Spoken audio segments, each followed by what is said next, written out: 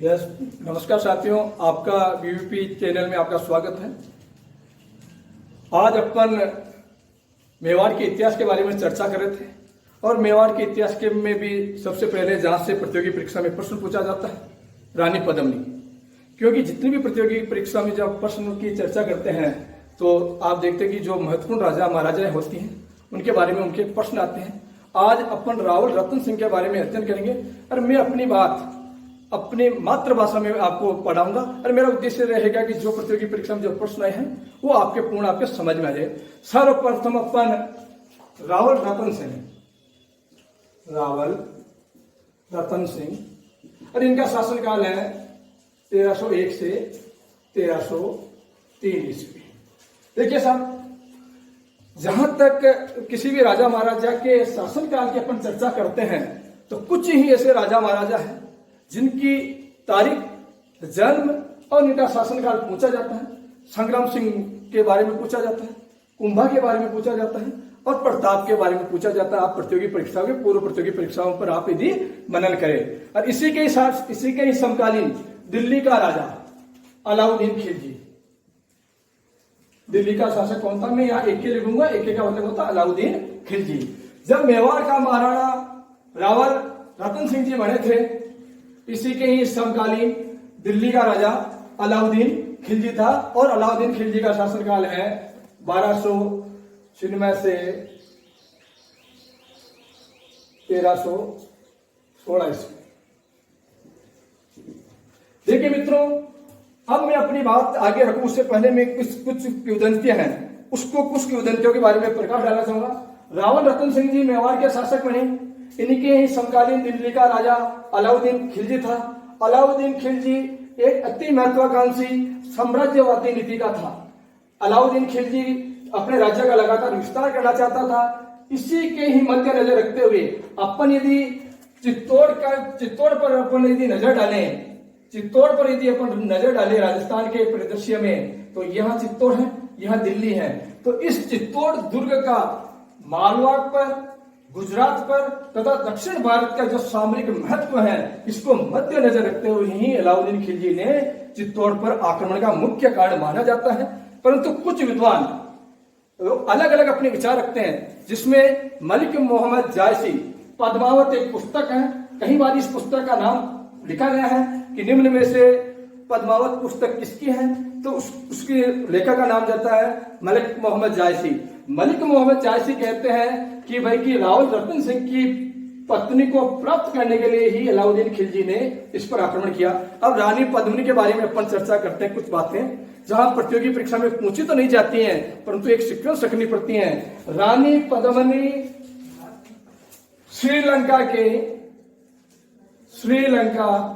श्रीलंका में एक सिहल द्वीप है।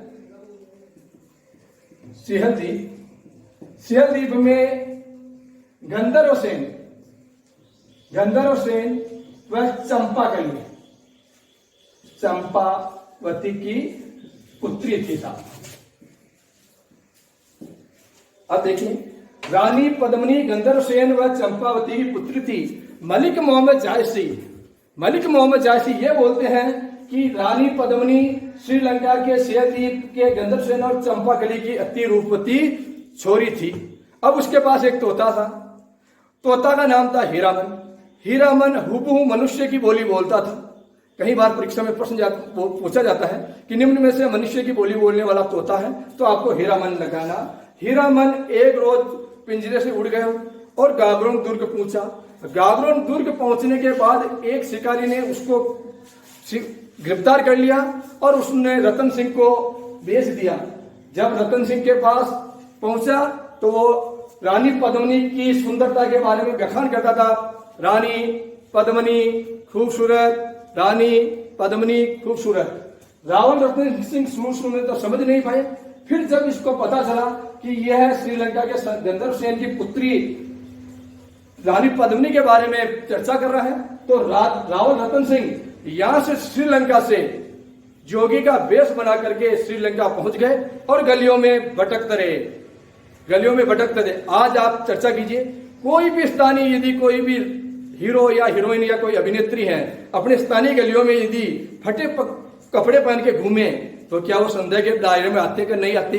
ये यही बात रतन सिंह के ऊपर भी लागू हुई थी, क्योंकि रतन सिंह एक राजकुमार था, गौरवर्णी 6 फीट लंबा चौड़ा राजकुमार था। जब वो गलियों में फटे पुराने कपड़ों में था, संदिग्ध अवस्था में दिखते ही इसके गुप्तचरों ने पकड़ लिया और गंधर्व सेन के पास पहुंचे तो बोला कि भाई आप कौन हैं, कहां से आए हैं, क्या आपका मानस है? तो इन्होंने बताया कि मैंने आपकी पुत्री के बारे में सुना है और आपकी पुत्री की खूबसूरती और सुंदरता के लिए मैं यहाँ आया हूँ और मैं इनसे विवाह करना चाहता हूँ। और राव रतन सिंह उस समय आप जानिए कि मेवाड़ अपने आप में सबसे प्रसिद्ध रियासत थी, वहां का राजकुमार है। तो इन्होंने सहर्ष रतन सिंह के साथ अपनी पुत्री पद्मिनी की शादी कर दी।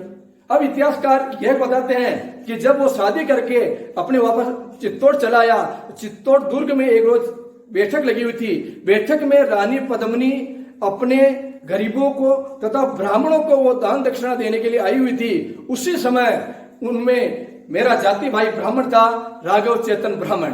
नाम याद रखना है, पहले भी आया था पिछली बार 2019 की BSc में कि राघव चेतन ब्राह्मण। इतिहासकार लिखते हैं कि राघव चेतन ब्राह्मण ने जैसे ही रानी पद्मिनी की खूबसूरती को देखा और देखते ही मूर्छित हो गया और इतिहासकार बताते हैं कि वो जादू टोना जानता था। मन ही मन रानी पद्मिनी को प्राप्त करने की चेष्टा रखने लगा। इस बात का पता जब रतन सिंह को चला तो उन्होंने अपमानित करते हुए वहां से निकाल दिया।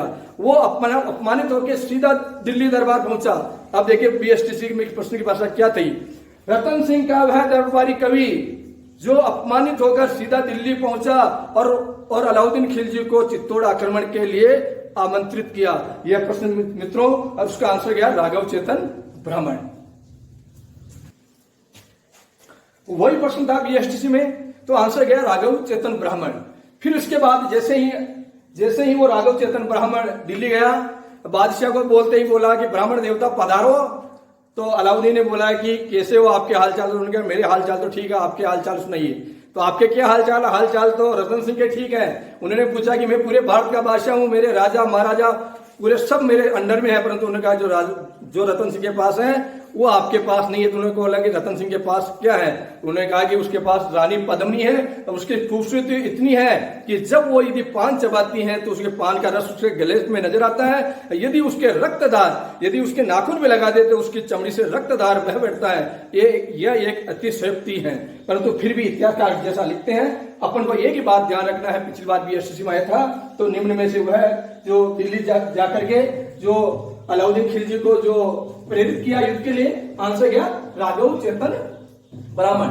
इसी के ही मद्देनजर रखते हुए अलाउद्दीन खिलजी की खोपड़ी खिसक गई और वो 28 जनवरी 1303 को दिल्ली से विशाल सेना के साथ रवाना हो गया और ये चित्तौड़ आ गया। लगभग 8 माह तक इस दुर्ग का घेरा रखा, परंतु जीत नहीं पाया। कुछ इतिहासकार कहते हैं कि जीत नहीं पाया तो उन्होंने सोचा कि दिल्ली लौटने के बजाय, आगे की जो पंक्तियां हैं बताते हैं कि दिल्ली लौटने के बजाय उन्होंने कहा कि रतन सिंह के पास यह संदेश भिजवाया कि एक बार यदि मुझे रानी पद्मिनी का चेहरा दिखा दे तो मैं चेहरा देख करके वापस लौट जाऊंगा। परंतु ये उन्होंने सोचा है कि भाई कि राजपूतों में यदि किसी स्त्री का चेहरा दिखाना परंपरा के विरुद्ध होता है, परंतु अति रक्तपात होने की दृष्टि को मद्देनजर रखते हुए उन्होंने न चाहते हुए भी इस बात को स्वीकार किया। और ये बताते हैं कि उसको अभी भी कभी आप चित्तौड़ के दुर्ग में जाओ तो दुर्ग का जो महल है, महल के चारों तरफ खिड़कियां हैं, चारों दर्पण लगे हुए हैं, पास एक सीमेंट की पाल बनी हुई है, उस पाल से उसको बताते हैं कि यहाँ से घोड़ी को दिखाया गया।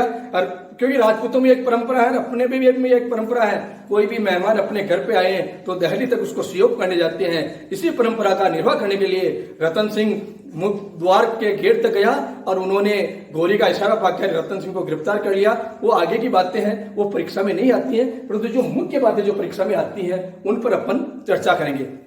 इसके बाद आता है निम्न में से एक इतिहासकार है अमीर खुसरो। आता है कि चित्तौड़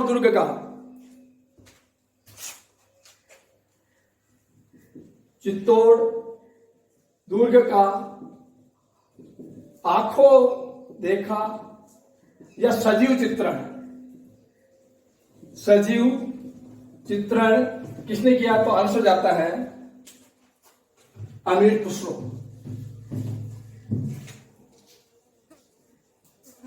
अमीर खुसरो। कई बार परीक्षा में प्रश्न आता है कि चित्तौड़ दुर्ग के समय या रानी पद्मिनी के जौहर के समय अलाउद्दीन खिलजी के साथ कौन सा विद्वान था, तो आंसर जाता है अमीर खुसरो। एक बार पहले 2 प्रश्न इसी अमीर खुसरो के बारे में एसएससी में, सीपीओ में, सेंट्रल पुलिस और ऑर्गेनाइजेशन में पूछा गया था। निम्न में से सितार का जनक, यह प्रश्न पर मैंने भी दिया था एसएससी में, तो उसमें आया था सितार का जनक किसे बोलते हैं, तो आंसर गया अमीर खुसरो, और इसमें है कव्वाली का जनक। तो दोनों ही प्रश्न एक ही परीक्षा में आया था, आंसर गया अमीर खुसरो जनक। अमीर खुसरो के 3 प्रश्न हो गए। सितार का जनक किसे कहते हैं, तो आंसर जाएगा अमीर खुसरो को। भारत में कव्वाली का जनक किसे बोलते हैं, तो आंसर जाएगा अमीर खुसरो। फिर प्रश्न आ जाएगा चित्तौड़ दुर्ग के समय आंखों देखा सजीव चित्रण करने वाला व्यक्ति के इतिहासकार कौन था, तो आंसर जाएगा अमीर खुसरो। फिर आएगा मलिक मोहम्मद जायसी के द्वारा रचित पद्मावत। मलिक मोहम्मद जायसी के द्वारा रचित पुस्तक है पद्मावत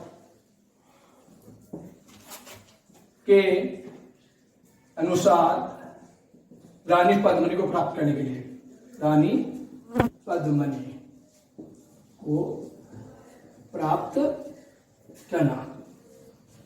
साथियों, आप ये देखिए कि मलिक मोहम्मद जायसी ने 1540 में शेरशाह सूरी का दरबारी कवि था। मलिक मोहम्मद जायसी जो शेरशाह सूरी का दरबारी कवि था, 1540 में यह अपनी बात लिख रहा है, जबकि घटना कब की है, 1303 की है। 1540 में लिख रहा है कि भाई रानी पद्मिनी की खूबसूरती से प्रभावित होकर के इसने चित्तौड़ पर आक्रमण किया। तो आप ये देखिए कि शायद इसमें कुछ संदेह हो सकता है, परंतु यदि आरपीसी है, राजस्थान लोक सेवा आयोग है, यहाँ भी कोई यदि प्रतियोगी परीक्षाएं हैं, यदि मलिक मोहम्मद जायसी यदि कभी प्रश्न आ जाए, तो आपको कई बार इस पुस्तक का नाम भी सीधा सीधा पूछा गया है। निम्न में से पद्मावत पुस्तक किसकी है, तो आंसर जाएगा मलिक मोहम्मद जायसी। और मलिक मोहम्मद जायसी के द्वारा रचित पद्मावत के अनुसार चित्तौड़ पर आक्रमण करने का मुख्य कारण क्या है, तो आपको रानी पद्मिनी लगाना है। बाकी देखा जाए तो उन्होंने आखिरकार 28 अगस्त 1303 में दुर्ग पर अलाउद्दीन खिलजी का अधिकार हो गया। दुर्ग अपने पुत्र खिजरखा को सौंप करके वापस दिल्ली लौट गया और इसका नाम रखा खिजराबाद। इसका नाम रखा खिजराबाद। और यदि आखिरकार रानी पद्मिनी को जब जीत की आशा नहीं रखी, तो उन्होंने 1600 रानियों के साथ, 70 रानियों के साथ जौहर किया। यह प्रश्न भी 3-4 बार पूछा गया है। 1600 महिलाओं के साथ जौहर किया। अब देखिए, यह मेवाड़ का प्रथम शाखा है, जबकि राजस्थान का यदि प्रथम शाखा है, कभी परीक्षा में प्रश्न आ जाता है राजस्थान का सबसे प्रथम शाखा, तो आंसर लगाना रणथंभौर। रणथंभौर 1301 में हुआ था। 1301 में हमीरदेव चौहान के समय, और हमीरदेव चौहान के बारे में जानते हैं कि राजस्थान का रणथंभौर का शासक था। सिया गमन सतपुरुष वचन कदली फले एक बार, तीरिया तेल हमीर हट चढ़े न दूजी बार।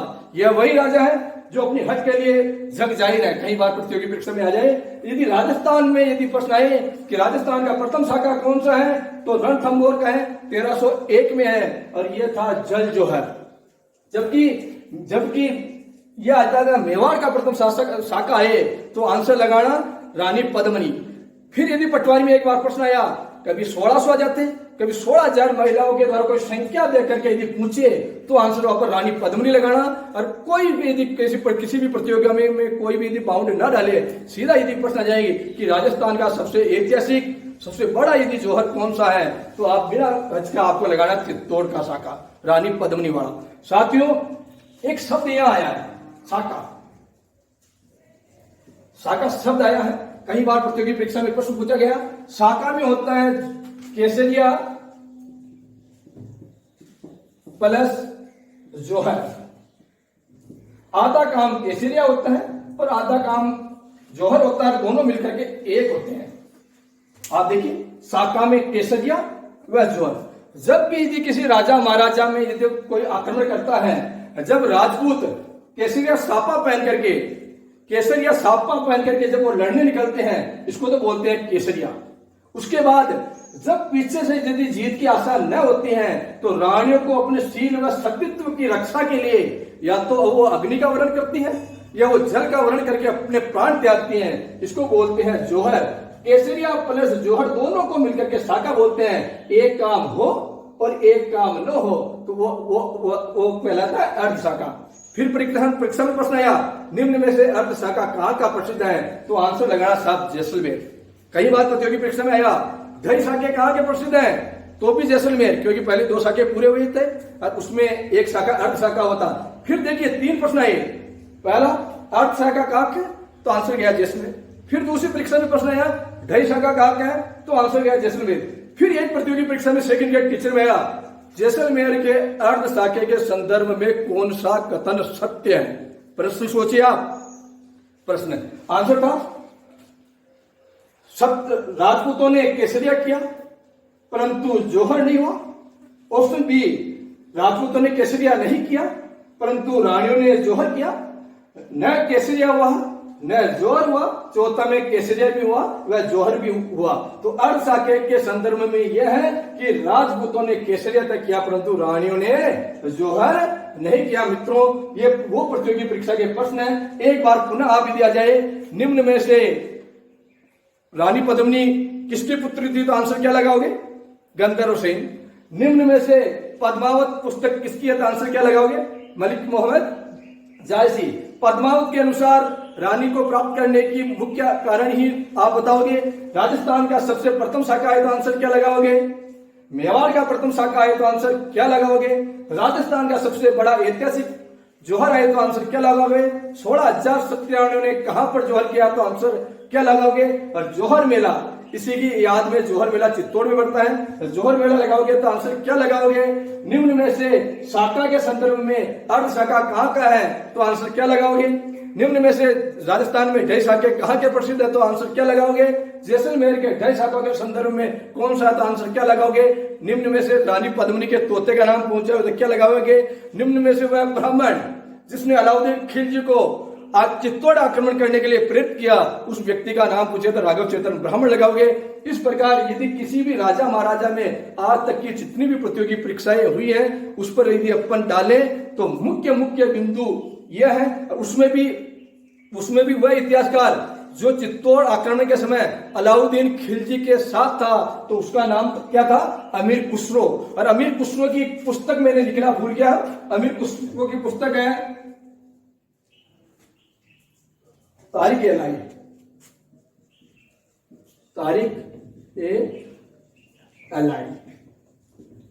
ए अलाई पुस्तक में ही चित्तौड़ दुर्ग का जो जोहर हुआ उसका आंकड़ा देखा सजीव वर्णन है।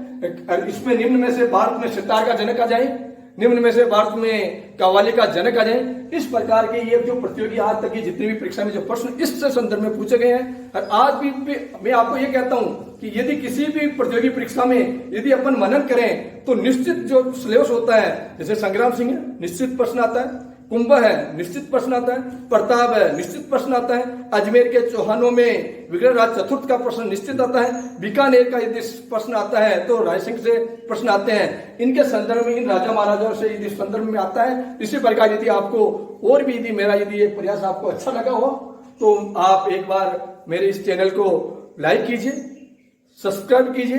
और यदि आगे भी इसी प्रकार आप अलग अलग राजा महाराजाओं में अपनी स्थानीय भाषा में आप चाहते हो तो इसी प्रकार पास लगा घंटे के बटन को सब्सक्राइब कीजिए।